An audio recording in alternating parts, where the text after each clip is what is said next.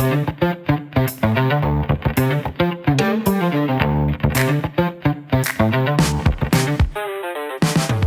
listening to The Abundance Agenda, a podcast about growth and progress. I'm James O'Malley. And I'm Martin Robbins. This week, how can we fix congestion crossing the English Channel? But first, Martin is going to tell us about his cow experience. So, James, are you a fan of cows?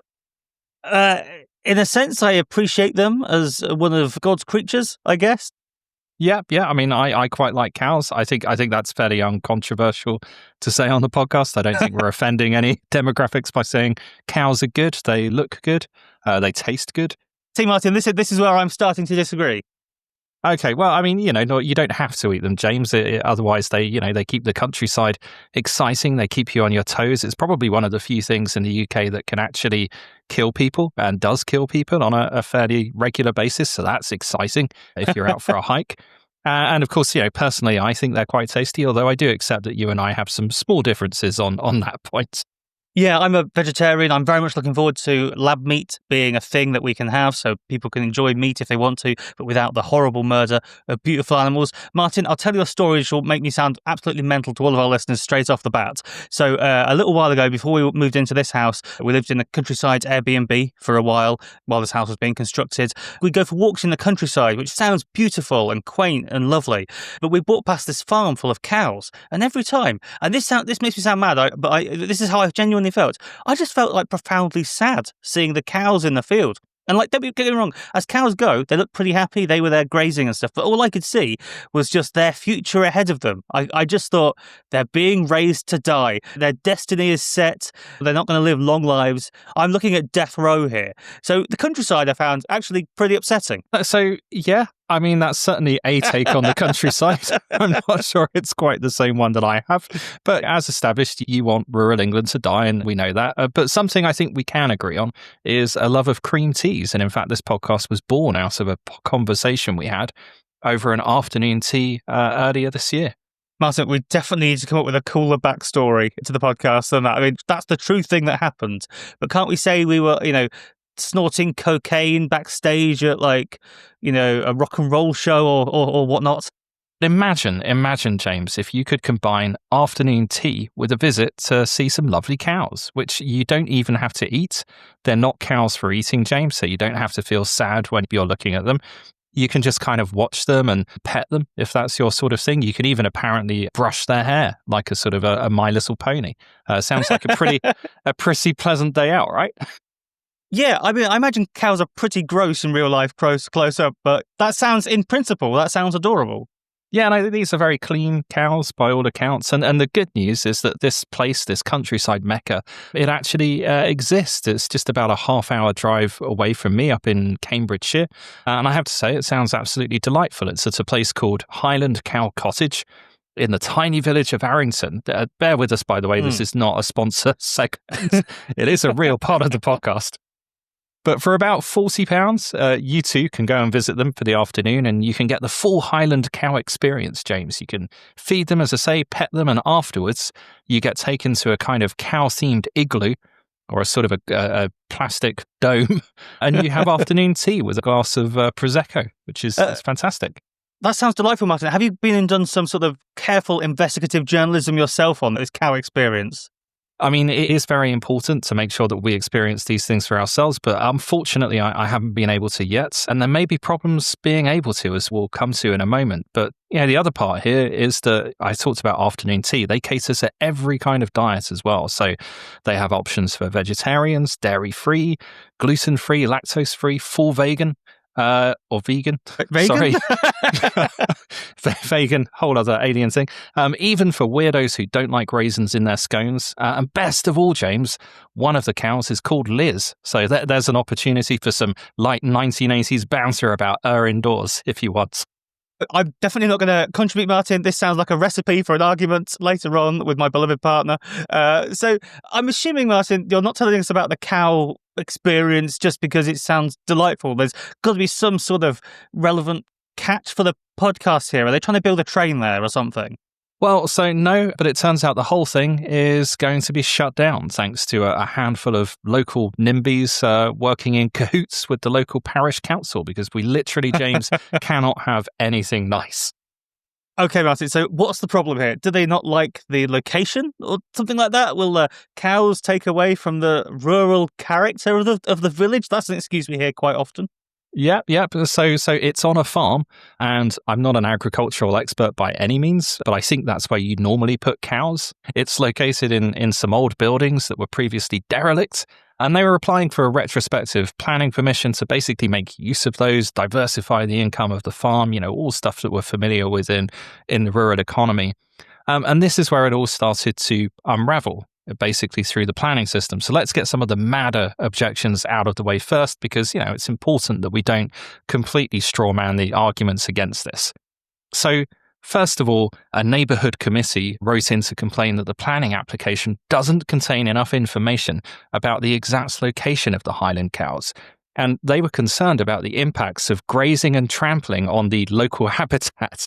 This is a farm, isn't it, Martin? Yeah, so we've talked before about sort of field fetishism, this sort of weird obsession that certain people have with the concepts of a farmer's field, which is basically just a sterile monocultural patch of green grass. And now they're complaining there might be cows in a field, and that could damage the field in some way, which is certainly an argument. I'm not sure it's necessarily a great one.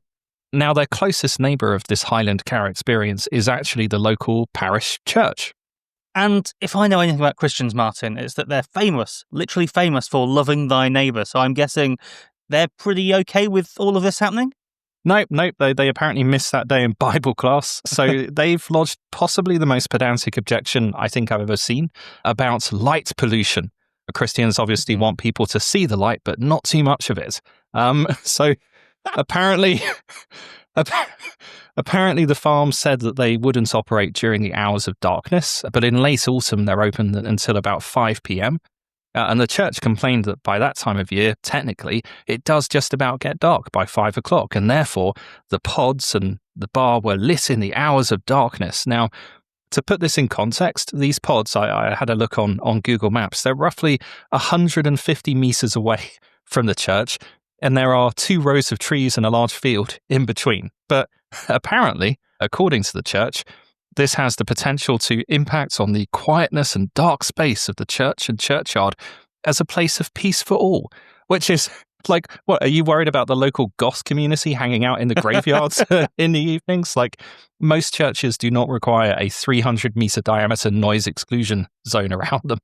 I was going to say, imagine if they went to Westminster Abbey or something and were like, they'd have a shit fit. Or any church that's in a town or village or not in the middle of a farm. Okay, Martin. So like I said, these are the silliest objections, but we're an objective, serious podcast here. We're not just going to take the piss. So what are the more sensible reasons that people are opposing, well, I'm going to keep calling because I think it's a funny phrase, a cow experience? Well, we haven't quite dredged the bottom of this one yet, James. So actually, probably the silliest objection is that one person wrote in to complain that they've seen badgers in their garden, and this can only mean that the cows have driven them away. So there are some more rational, apparently, objections, which are about parking and traffic. So just to kind of set the scene a little bit, the farm and the church are next to each other, a couple of 100 yards away from the village, up a small rural road, a little bit more than a single lane, called Church Lane.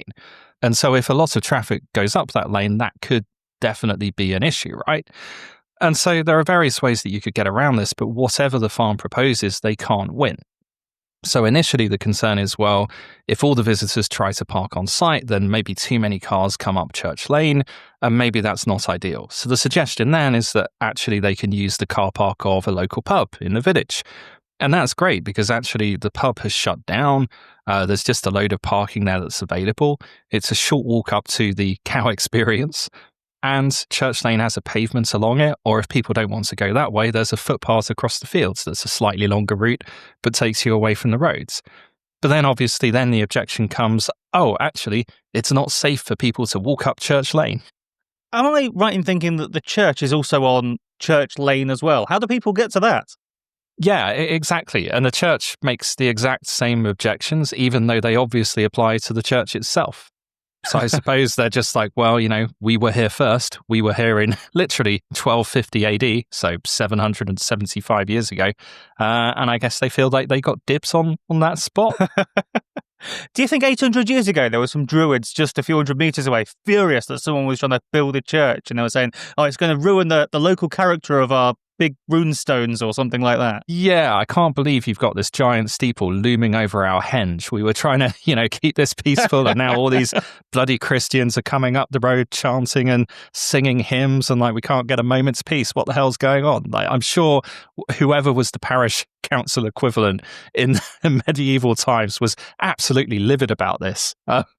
But I suppose one thing they wouldn't have had to have dealt with back then is car parking, at least, although I guess horses, you've got to put them somewhere. But so car parking is the sort of next kind of battleground, I guess. So residents are complaining that car park is always full, that cars are parking along the streets, that basically the village is inundated with a plague of tourists in cars, just blocking up the whole place.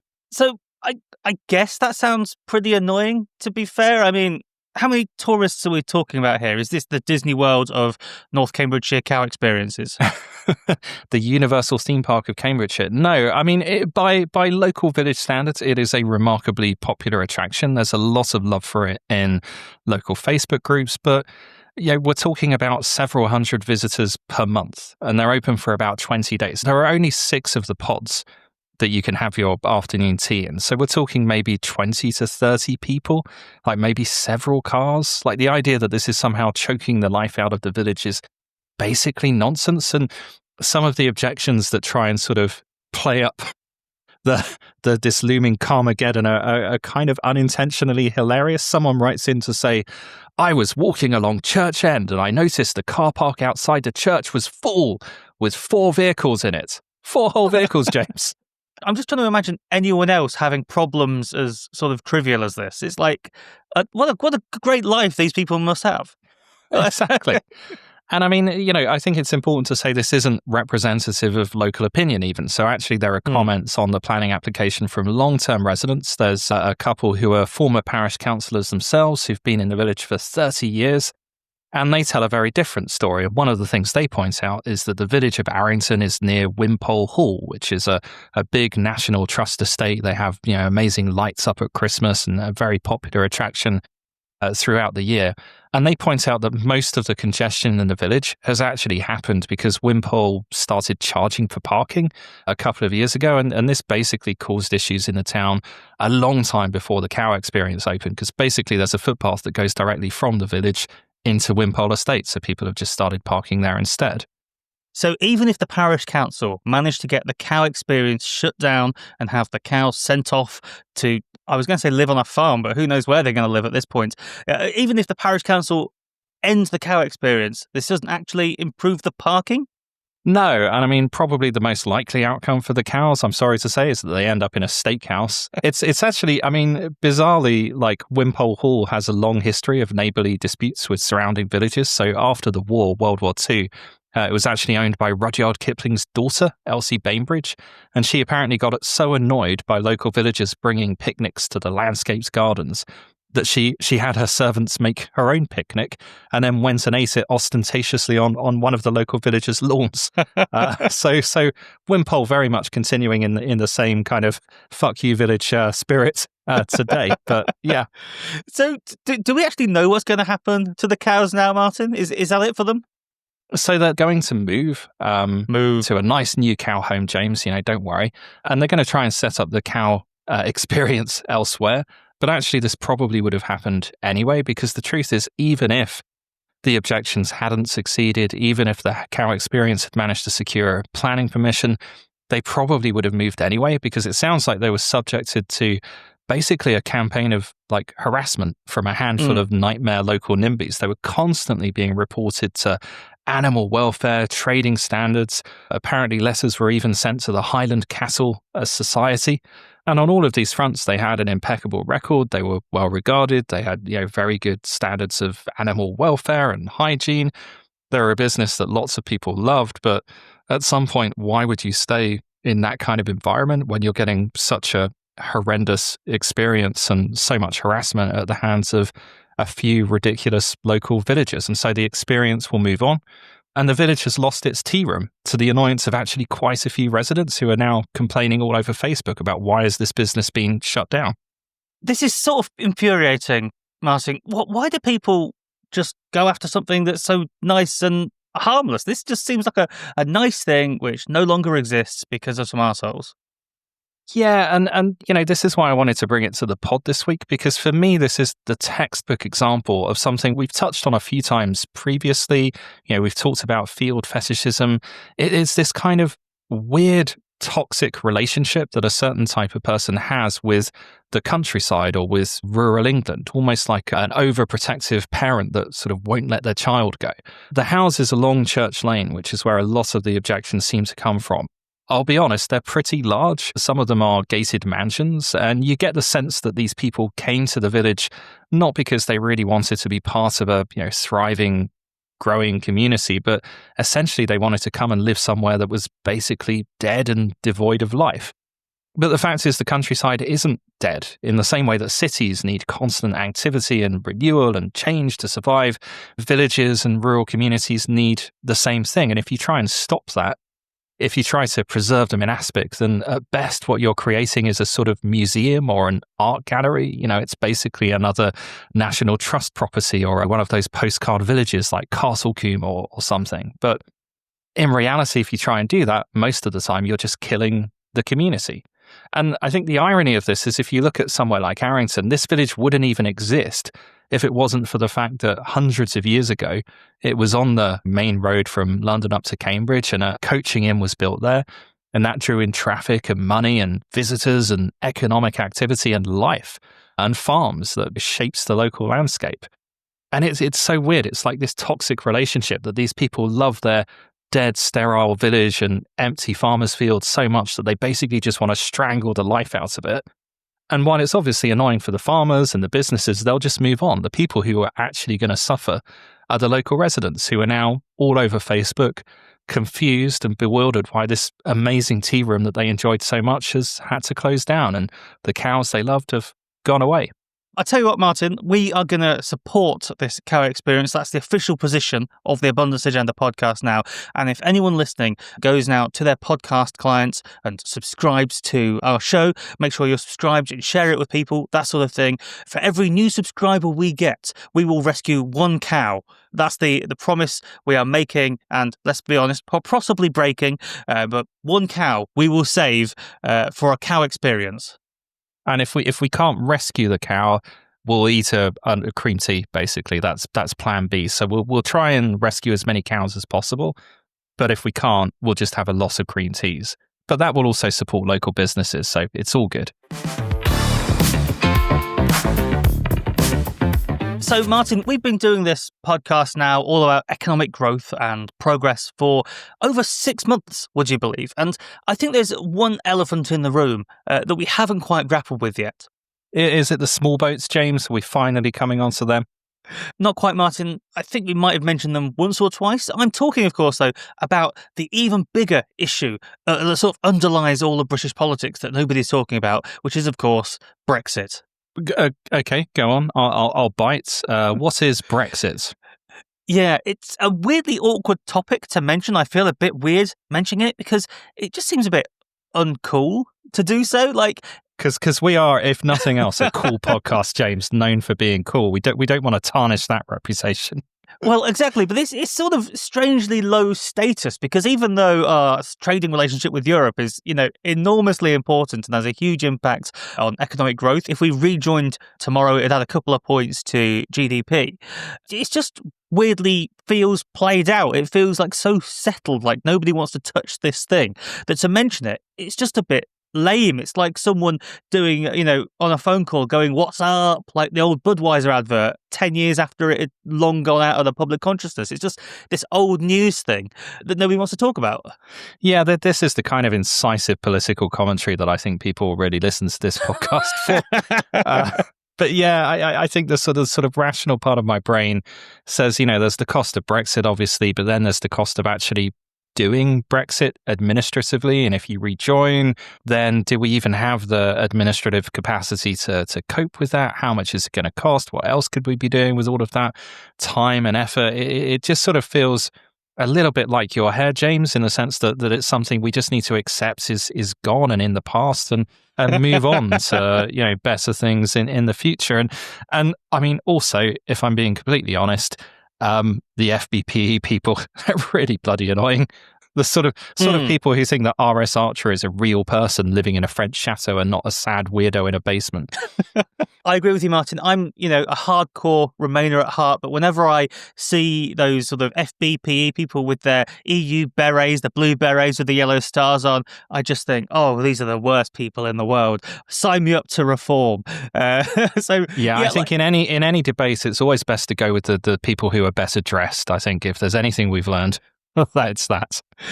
So like I say, Martin, it's very low status, and the high status thing for us to do is to talk about industrial policy and planning. So I guess that's what makes us cool now. But the reason I mention Brexit is because last weekend there was another little bit of friction added at the border between the UK and Europe. So the EU introduced the entry-exit system, EES, which is slightly more wieldy to say than just entry-exit system. And it's basically going to make going to the EU more like going to America for British people. So when you get to the border, you're going to have to do your biometrics, get your fingerprint scanned and your photo taken.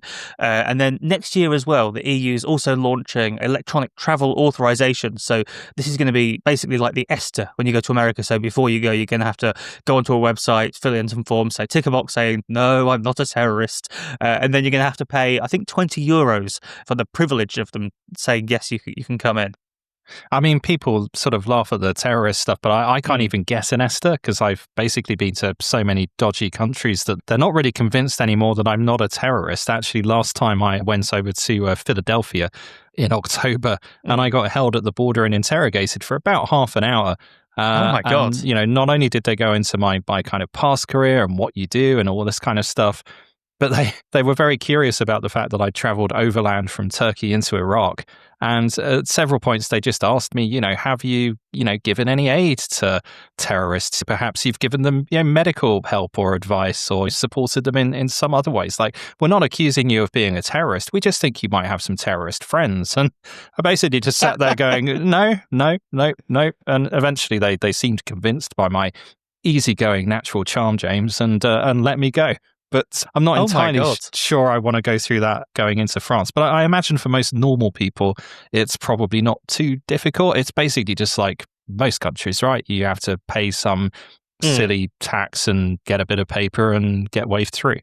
Yeah, I think for most people, it's pretty much just fine. You fill in the form ahead of time, you turn up at the border, and it takes ever so slightly longer, like a few seconds longer, just as the system has to check your thing or the person at the border has to ask you an extra question or something like that. But the problem basically is with this system, or the challenge that we're going to face, is it changes the throughput of passengers. So take St Pancras, for example, where people get onto Eurostar.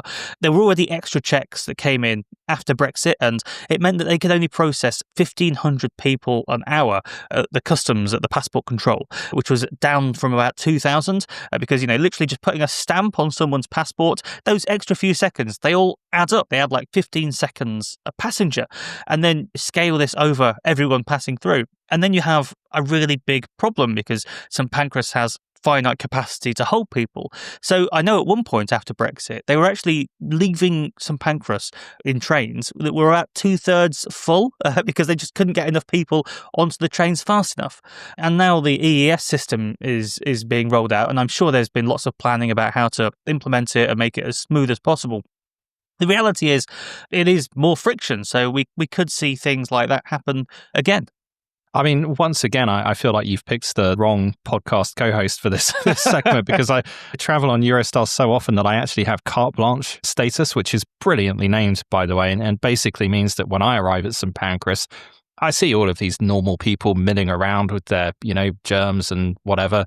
And I just get led straight past the queue. I get taken to a nice bit at the end where there's kind of an empty security section. A very handsome, well-smelling man waves me through. I put my bag in.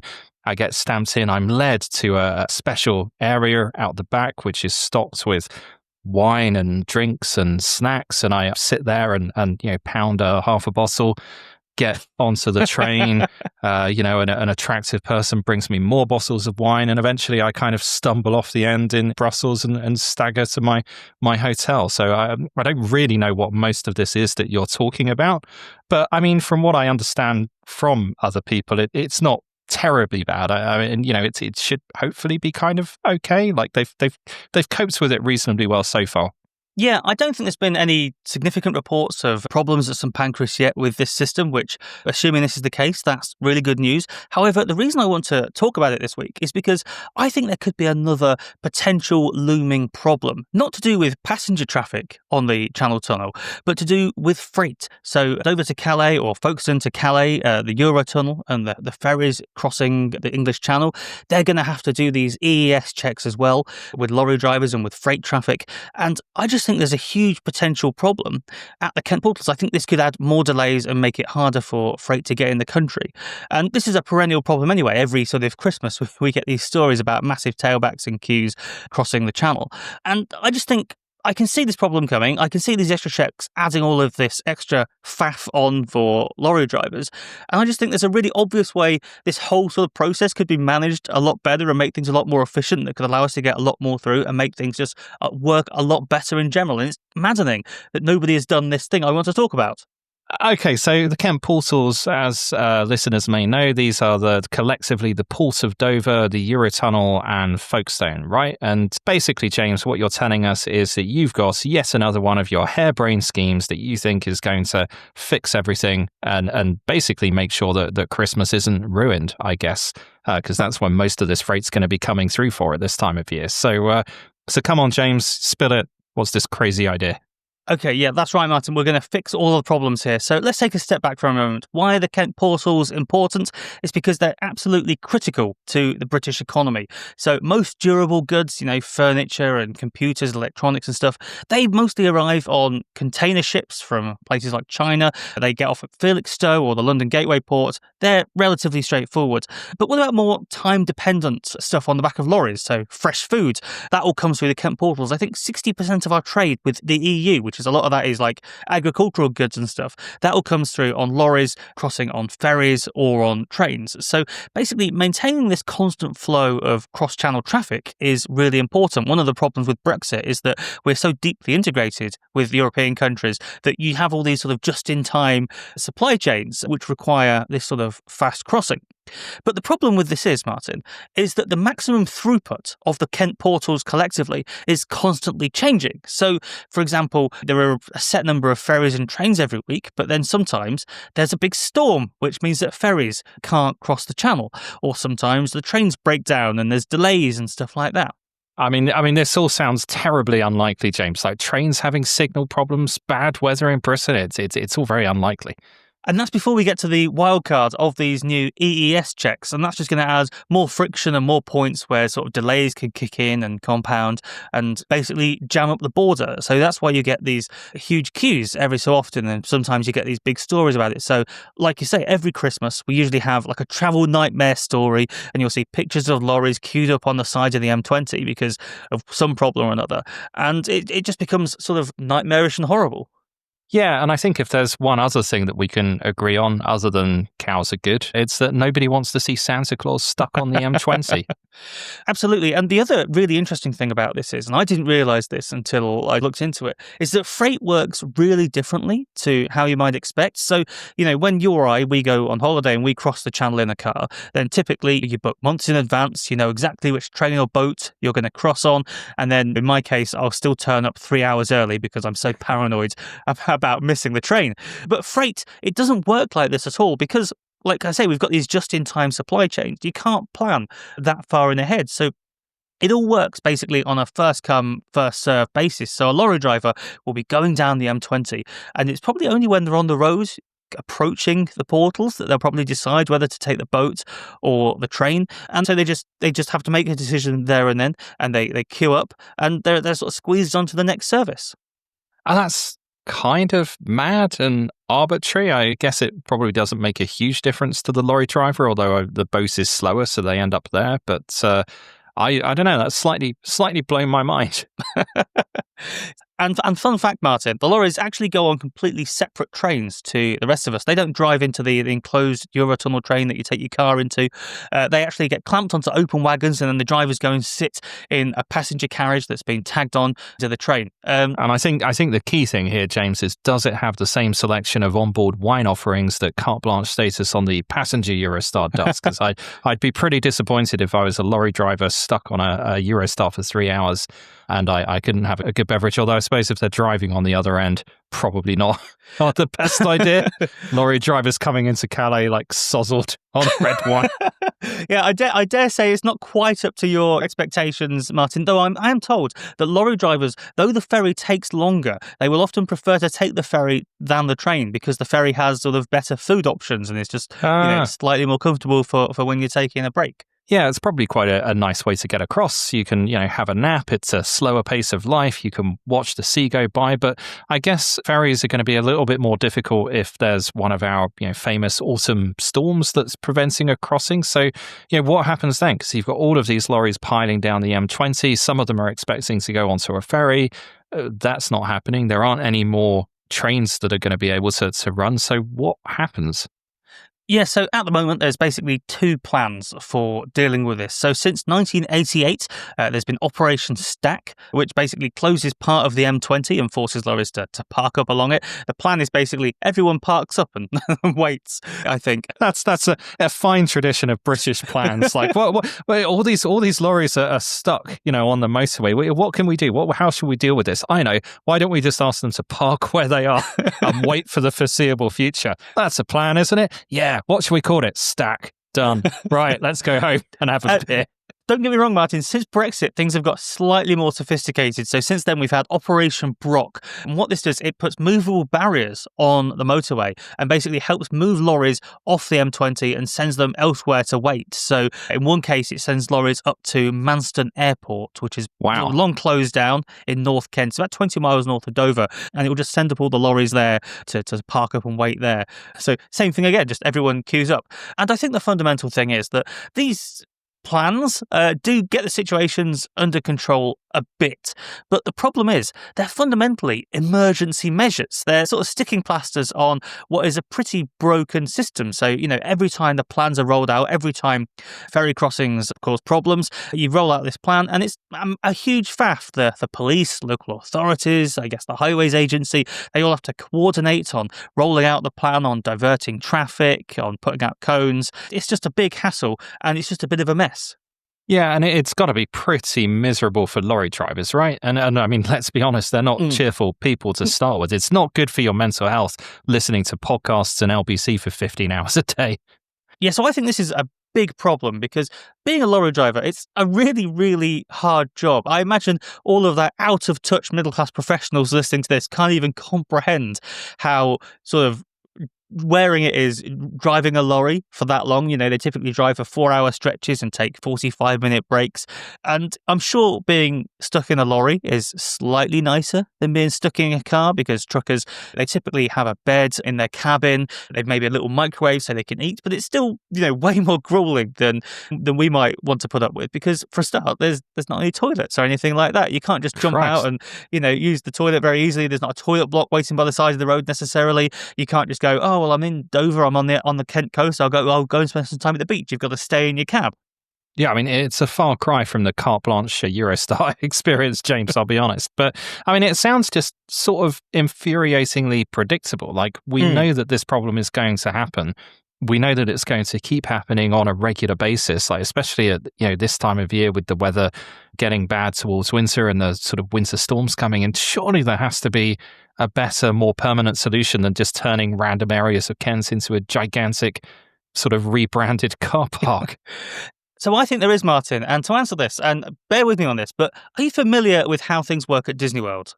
So I don't have children. My hobbies are drinking scotch, touring vineyards, and going to remote places where there hopefully aren't many other people. I honestly don't think you could find a co-host who is less familiar with how they do things at Disney World. I just kind of imagine it's full of children and vomit and, the awful food that Americans eat. Well, I went to Disney World a few years ago, and that is a pretty accurate summarization of what it was like. I'm a bit of a germaphobe, so there was basically no surface there I enjoyed touching because it was just so infested with everything. Like everyone's like, oh, you should go to Disney World. It's like, oh, what was it like? Oh, it was disgusting and full of awful people, and we queued for 17 hours to go on a ride. But, what a memory. Like, okay, yeah, I'll give that a miss, thanks. Well, I still enjoyed it, Martin, because we went in February 2020, just before the world shut down. It was the perfect time to sort of do one last, the complete opposite of the world shutting down, going to the busiest place on Earth. But we went there because there was this amazing new ride called Rise of the Resistance, a Star Wars ride, right? I won't go into the details, but I'm sure the nerds who like this podcast will probably go on YouTube now and watch videos of this ride. It's a very cool theme park ride. And Disney knew, though, it was going to be super, super popular. So instead of just opening the ride up and having people queue up outside, because the queues would go back for hours and hours and hours, what they did instead, they actually set up a virtual queuing app. So what you do is you go to the park at 8 o'clock in the morning or whenever it was that the park opened. You had to go onto the app quick as you can, straight after 8 a.m. and request a slot to get on the ride, where it would then allocate you a boarding group. And then basically you just have to keep an eye on your phone throughout the day. And at a certain point, as the ride was chugging along and getting through people, you get a notification saying, oh, it's nearly time for you to go on the ride. Go over now. That is pretty cool. Although, obviously, I think effectively at that point, it would have been data from a mass COVID super spreader event. But no, I mean, that's a nice system, right? Yeah, it worked really well. I think we'd done Rise of the Resistance by 9:30 a.m., which was fantastic because this was basically the entire reason that my partner wanted to go to Florida in the first place. And then I guess you could get out of Florida as quickly as possible afterwards. Was that the plan? Get in, do the ride, fuck off. I quite like Florida, but that's a whole other podcast. Maybe we'll get into what I weirdly liked about Florida, even though on paper it should be the worst place on Earth. But anyway, so this system, this virtual queuing system, and it worked really well for everyone else as well. You could go around the park, you could see the other rides, do the other experiences and so on, and not just stand in a queue all day. Yeah, and I guess the alternative would be something, I don't know, market related, like surge pricing like Uber do, but I would imagine that would be quite unpopular with families. Honestly, Martin, I think given how expensive Disney World was already, I think you'd probably have, a proletarian revolution in the central square of Disney World, and, Mickey's head would be on a spike if they tried to sort of raise prices even more.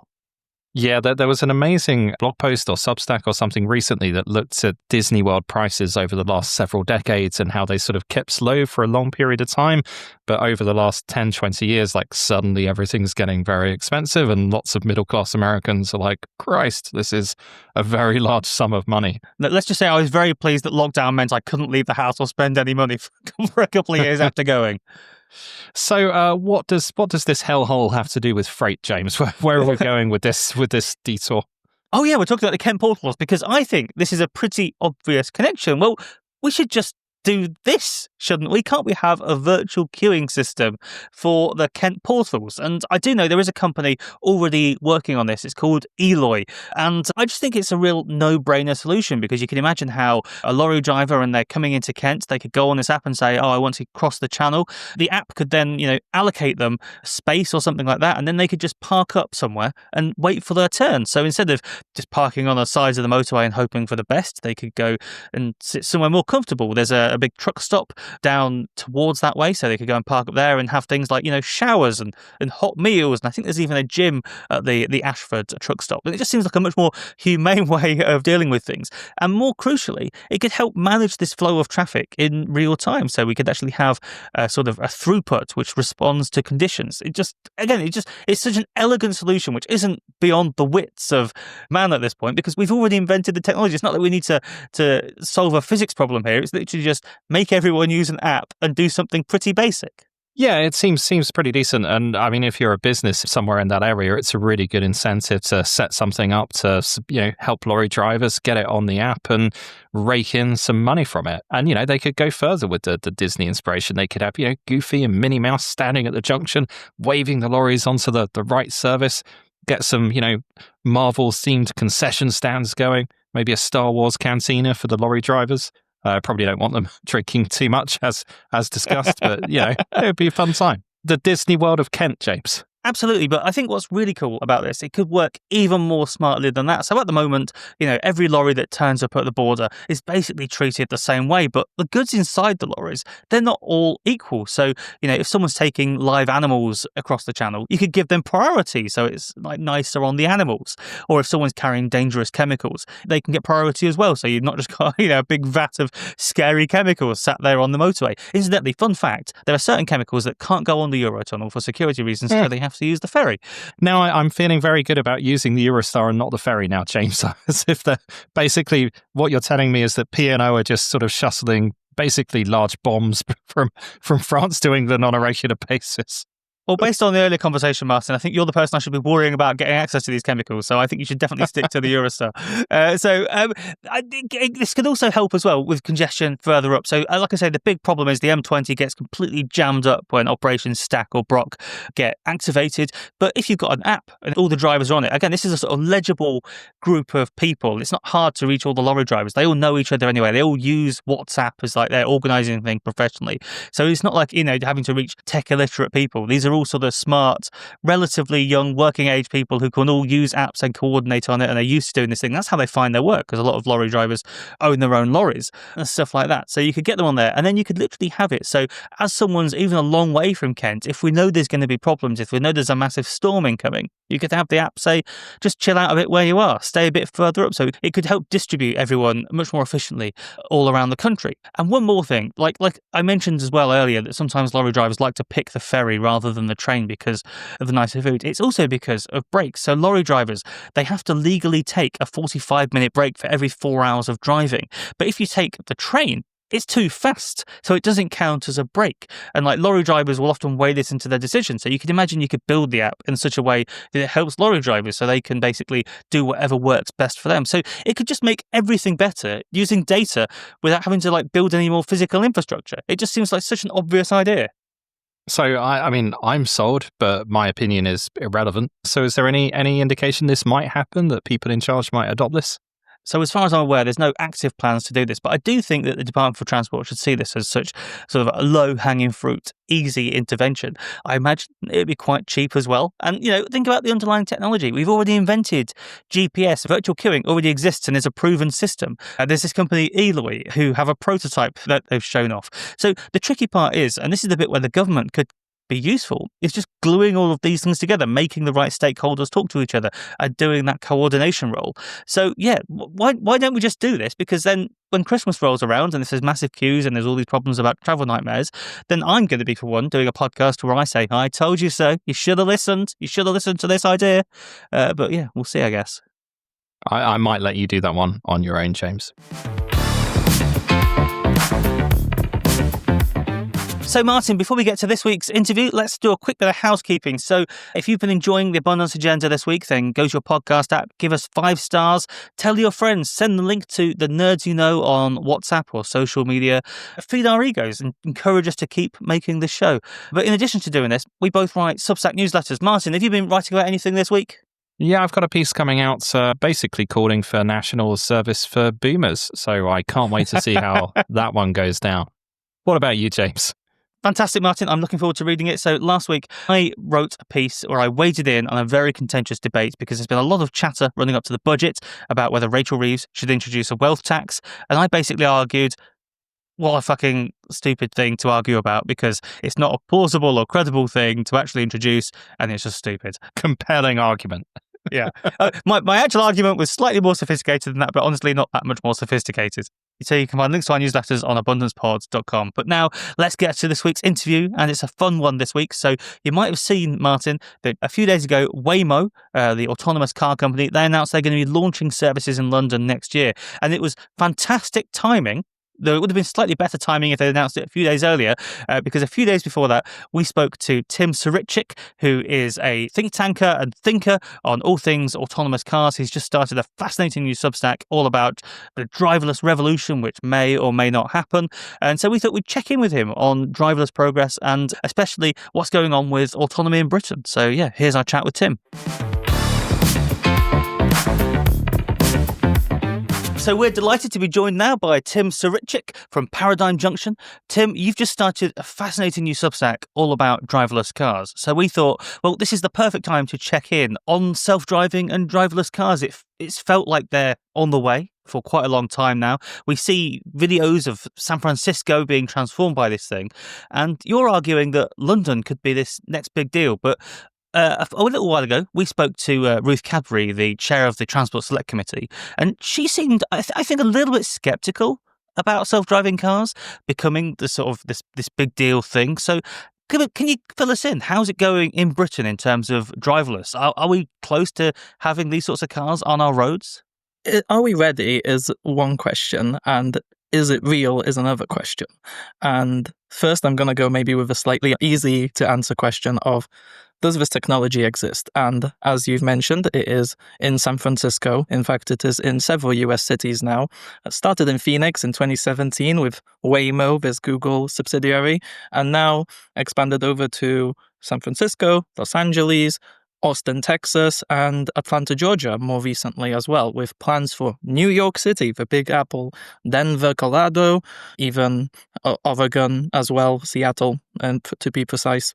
But more importantly for me and my research, this isn't just some loss-making experiment of big tech in Silicon Valley. It's also a piece of technology that is being developed here in Europe and also in China, meaning that actually this isn't an all eggs in one basket situation. In fact, there are people who are looking for the commercial use cases, from airports to taxis to public transport. There are people doing it in the European Union and also far abroad as well. So let's zoom up a little bit and paint the picture here. So you wrote a really interesting piece on your Substack recently about how in the next year or so, London's roads, perhaps even Bedfordshire's roads, could be very, very different. So what's going on? How do you expect that kind of vision to change over the next year or two? Yeah, so it's good to get the major player on board here. The startup and self-driving company Wave, which is developed here in London, based somewhere near King's Cross. And they have been developing this technology for many, many years now and have been able now to say, we want to publicly commercialize this. The same way as Waymo has set up a robo-taxi model where you can ride-hail a vehicle to support you from getting point A to B, the Department for Transport looked very carefully at all the regulation and requirements to see if this is a safe thing to do, and they've set up a timeline. And from spring next year, there's going to be, on the Uber app, commercial vehicles available via the Wave vehicles on nice little Jaguars, at least for now. So we do like a Jaguar on this podcast. So yes, I am familiar, in fact.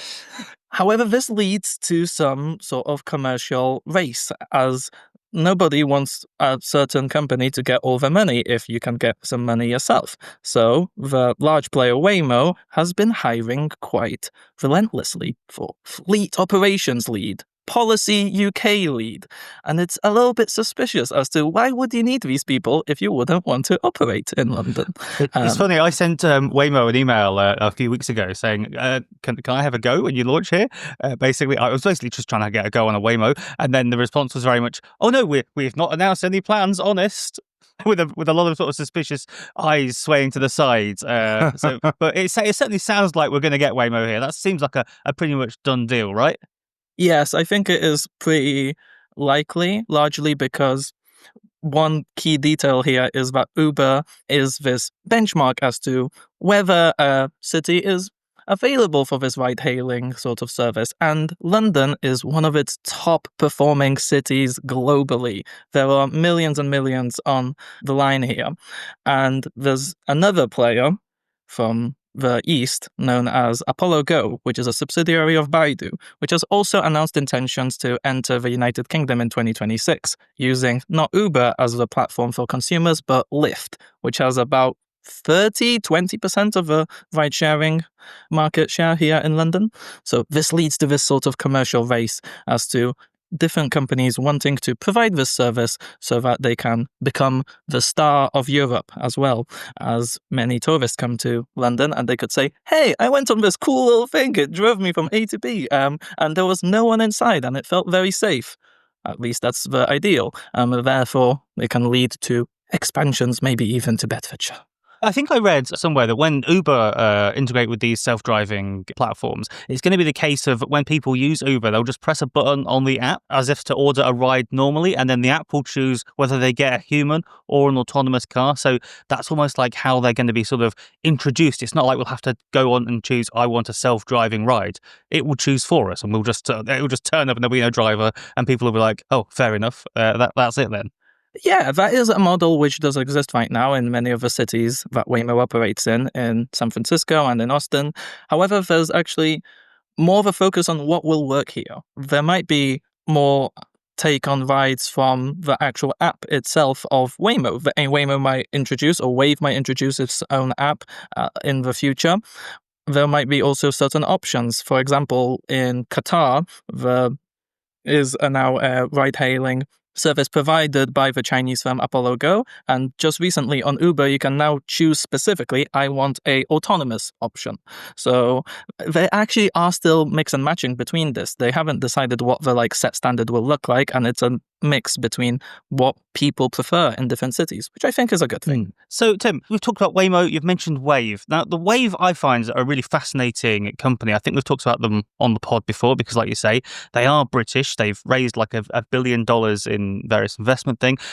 So I won't get into it now, but the technology that underlies it is slightly different to Waymo's approach to autonomy.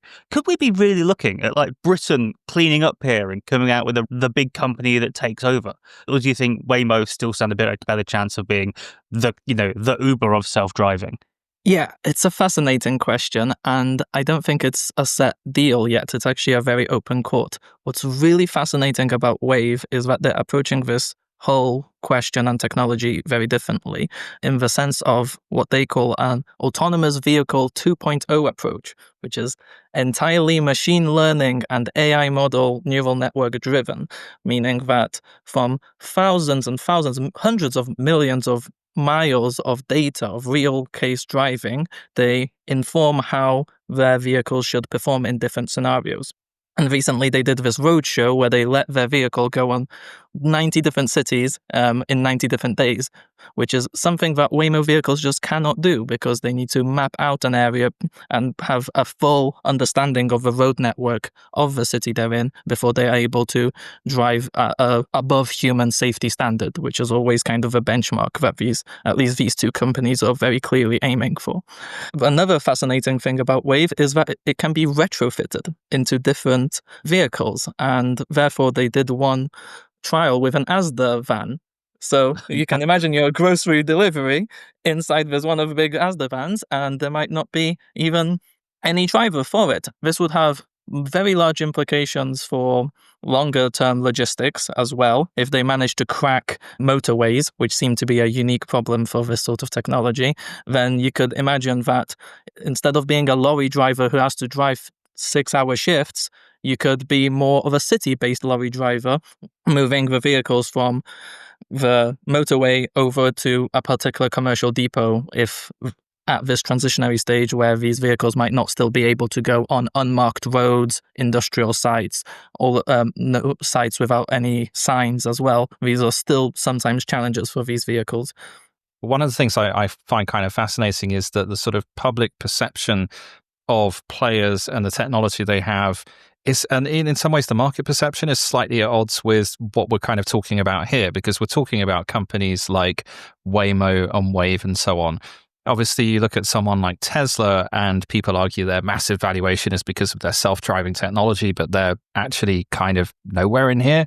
And obviously other car manufacturers have been making big strides there. So it's kind of fascinating that it's these startups that are coming into this space and dominating, or at least so far, and yet these big established car manufacturers and fleet manufacturers don't seem to have been able to come into that space. Yeah, I guess, we're talking about vehicles and the name Volkswagen hasn't come up. A lot of these original equipment manufacturers, it's just what the autonomy space calls them, which is a little bit degrading, perhaps, names them. And I guess It's mostly because this technology has burnt a lot of people before. There was the case of a self-driving vehicle startup or subsidiary known as Cruise, which was part of General Motors. Unfortunately, they did not pass the safety test. They had an incident and they were eventually taken down. I believe they were a startup and then they were acquired by General Motors, but then also shut down by General Motors.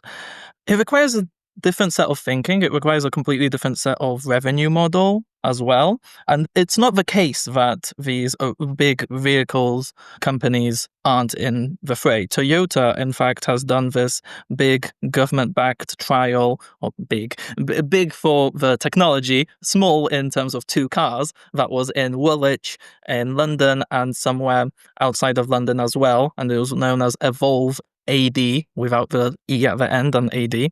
And I think that was a mix of wave technology behind it as well, but please do not hold me too closely to that claim. There's also Nissan, which has signed a deal publicly with Wave to try to embed their technology in here as well. So I guess it's a question of like, where is Apple in the AI game? Someone in there missed the spot, right? They didn't have the resources. And there will be now cases of this sort of technology being licensed over to existing vehicles as well. So yeah, you very well could see, I don't know, your fancy Prius with a self-driving tech inside of it sometime in the later future, as personal vehicle ownership still has a few notches to fill out. I mean, it takes a great visionary to imagine me in a Prius, but whatever. I try to be a futurist, Martin. You never know what uncertainty is holding in the 2030s.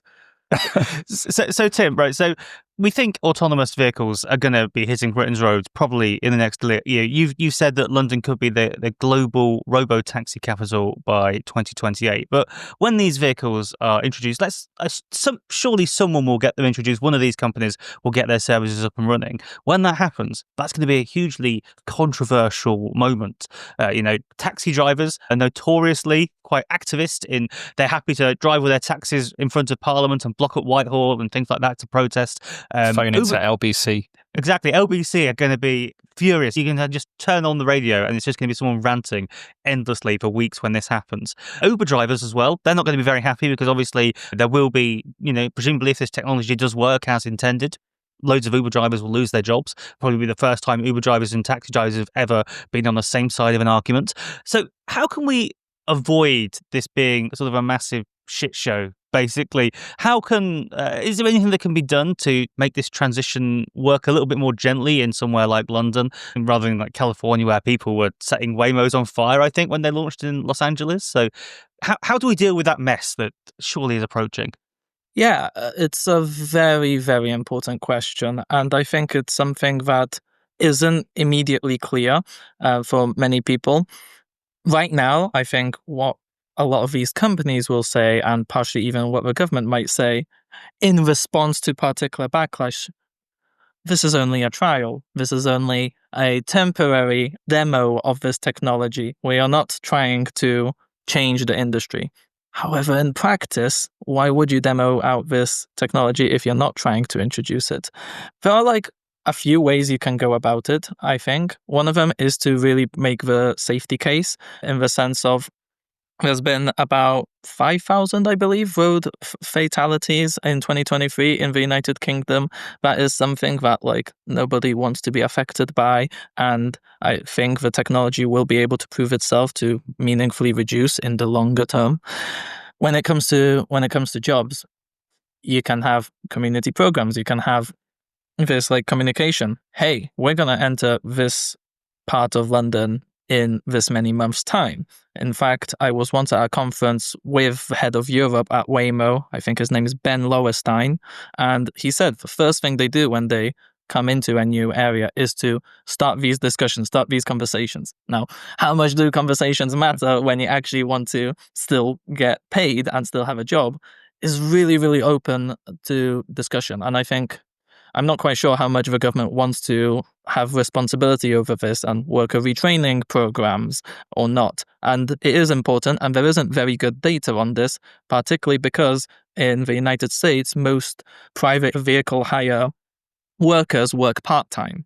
being an Uber driver is something you do on top of your day job rather than being your full 9 to 5, your breadwinning circumstance. So there is also less data on this. So I think being proactive from the Department for Transport and some communication teams, especially around London boroughs as well, which will unfortunately be the target from this, whether they are responsible or not, is very, very prudent.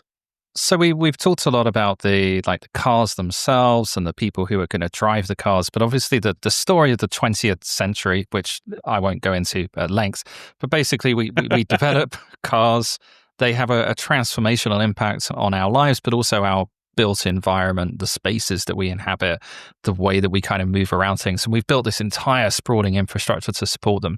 I think one of the interesting stories of electric cars and EVs in the last several years is people realizing, okay, yes, it's great that you have this technology, but that's not going to take off unless you've got the infrastructure in place to support that technology. So if you look at these, let's say we have fleets of thousands, tens of thousands of self-driving cars in London. I don't know how many taxis there are, but it must be tens of thousands, somewhere in that sort of order of magnitude. Where do they live? Where do they charge? What's the infrastructure that we have to kind of build in London or elsewhere to manage all of this? Are we even working on that? Yeah, that is the question that needs to be looked into now, essentially, because in London, things aren't built quickly, or in Britain as a whole. You've heard our podcast before then. So for this to go well, and for people to actually benefit, and for mobility options to be easier, and for transport to be cheaper, and for all these good things to happen, particularly if you're disabled, you'll be actually able to move between your workplace very easily because you might have this vehicle which is at a cost which can be not burdensome, right? Compared to, unfortunately, today, that's not something you hear about, right? People taking a taxi to work immediately. Mm. All of this requires several things. First is the laws, the regulations, and the United Kingdom set up the Automated Vehicles Act in 2024 and is setting up a regulatory environment by the end of next year, on schedule, would you believe, where they want to make sure, hey, you are responsible for this, you are responsible for this, you are responsible for that, which is extremely important, and nothing can get started without that. And then, where will these vehicles get charged? Where will they get cleaned? Who will do the cleaning? What will you do if the vacuum cleaners are slightly too loud, if you want to put it too close to a residential area? That's a problem in Santa Monica that actually happened, and guess who got all the grief for it? The Santa Monica Local Council. It is a question of depots, it's a question of whether industrial sites could be repurposed, and also how much authority will land in the building of charging points or even depots. Right now, there's actually this very important and complicated system as to where a taxi can park, where can a taxi drive between A to B, which roads and bus lanes are available to them and which ones aren't. As far as I'm aware, most of these conversations aren't happening. And a lot of these companies aren't having a lot of these discussions with local government, the assembly. There's definitely some level on the national government. But yeah, it's about the granular things. We know from the e-bikes that if you don't think about the details, you're going to have a line bike blocking your front door on your pavement, right? Well, this is exactly the kind of example, right? So currently now we have line bikes. You rent one, you pick it up, you cycle it, you get to your destination, you step off it, it breaks your leg, then you leave it on the pavement, you go off in an ambulance, and the line bike just sort of sits there. And gradually there's just piles of bikes on the pavements and everyone's in hospital. And obviously Waymo cars, hopefully fewer casualties, but same principle, right? What happens if I wake up in the morning and there's a Waymo parked across the end of my driveway or something? Who deals with that? So I want to kind of allay the fears a little bit. First of all, for those outside of London, which might get a false impression, I do not see piles of commuters in shoddy helmets piled on top of each other from line bikes. And these will be geofenced. These will be limited regional sort of trials at first. I think many of those questions hopefully will be in the process of resolution or fully resolved realistically before even a single Waymo goes that south of the river. Because steady on. I'm not sure we have the technology for that. I live at the south of a river, so I'd like to also not, build any divisions that are unnecessary here. So essentially, these will be geofenced areas, and then the question is, like, how much can you forecast ahead of, like, realistic problems? And luckily, Waymo has driven 96 million miles, and they are actually kind of open to sharing a lot of that data sets. We know that roughly in a 6-month period last year, there were roughly 45 sort of collisions or crashes that Waymos were involved in. One of them was because a wheel popped off and rolled away from the car itself. So, okay, but what do you do? Because now the Waymo is stuck, right? Also, these self-driving cars so far do not understand hand signals, which is a really important thing for a city or any area which is full of roadworks, right? You need mitigation efforts. Yeah, there's because already been London cabbies are communications. expert with hand signals. I see,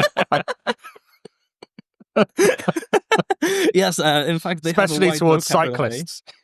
Yeah, absolutely. So some of these are being resolved right now, and some of them have models in previous cities in California or in Texas which can be transferred over, and some of them less so. So, for example, emergency services in California have an ability to disperse a bunch of Waymos, but that's something that has to be actually communicated. And you say, "Hey, London Fire Brigade. Hey, Met Police. We need to build systems here."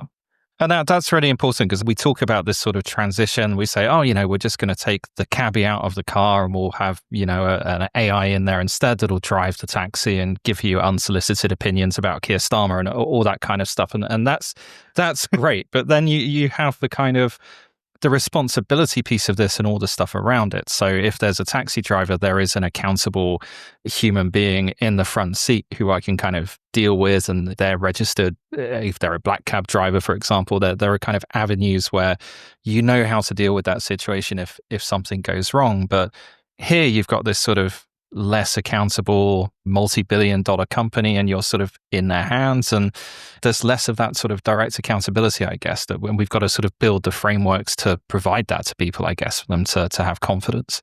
Yeah, absolutely. And I'd like to say that, like, these companies have the incentive for things to go all well. Like, they do not want to be on the front of a Sun newspaper. Will they be? Inevitably, most likely, yes. But they want to avoid recurring appearances. And currently, if there is a responsibility for these vehicles to respond to passengers in case of need. So there is actually someone on the other side which can call in. There's a microphone. Most of the time that is not in use, but you can call in and then someone can pick up the phone and you can explain the situation to them. There's no such thing as remote control for these cars. This is important to clarify. There's only suggestions. You can tell you should back up, Mr. Vehicle, and the vehicle will back up in its own right, which also should be safer because remote control driving is obviously less safe than just being in the vehicle yourself, right? And in terms of a breakdown of responsibility, I would like to give some credit to some small, unknown government workers in the Centre for Connected and Automated Vehicles, the CCAV, which is this body between the Department for Transport and the Department for Business and Trade, which are thinking about these questions the hardest. And a man called Simon Connick single-handedly, in fact, saved the Automated Vehicles Act because it only passed 2 days before the general election was called. He knew that he had little time to work with. So this sort of responsibility as to what happens when the vehicle is in control, what happens when the vehicle isn't in control, who gets fined, what are the systems here, are actively being thought about, actually. So this is one part where I'm more certain of, for sure. Cool. So, Tim, one last question before we let you go. Let's say in a few years' time, we reconvene to talk more and we look back on the rollout of autonomous vehicles in London and Britain more broadly. What do you think we're going to say surprised us the most? Ooh, fantastic question. I think the most surprising thing will be where these vehicles actually end up being used. So, for example, right now, it would be ideal if you get an autonomous bus taking you around the suburbs of your town so that you can make it to the high street, to the city centre easier. Is that actually going to happen? Maybe, maybe not. I can imagine this being very, very important for London commuters as well. If they really knack the motorway system, that's probably the worst thing to happen to Great Western Railway that could. And that would have larger economic impacts. I think at that stage, we will be able to determine whether certain cities can boom or not, because there'll be a larger labor pool that will be available to them. Now, that's a little bit like dependence, because there's also a world where we decide this technology isn't for us, or it's too dangerous, or something else, meaning that maybe in a few years' time it will be a gimmick in, Canary Wharf and a few other areas. I think that's less likely, to be honest, mostly because I've seen these kind of trials being developed across the world, meaning that different cultures are trying to find a way to work with this technology that works for them. I think that's going to be the fascinating thing, is that we tend to talk about these things in terms of existing journeys and trips that are being made, and would it replace those, taxi rides and the commute to work and that kind of stuff. But as we've seen with Uber and their expansion into things like meal delivery, grocery shopping, other areas, actually when you make this kind of technology cheap and abundant and accessible, it opens up all sorts of other things that we haven't necessarily thought of. So it'll be fascinating to see what comes along. So, Tim, it's been really fascinating talking to you. We'll put links to your Substack and your work all on the abundancepod.com website. But for now, Tym Syrytczyk, thank you very much. Now, Martin, that's just about it for this week's show. How do you think it's gone? It's certainly gone, James, and I can't wait for the next one to be gone as well. With that level of enthusiasm, I guess we'll see you next week. So, for now, abundancepod.com. Subscribe to our Substacks, listen to our back catalogue. But goodbye for now. See you next week.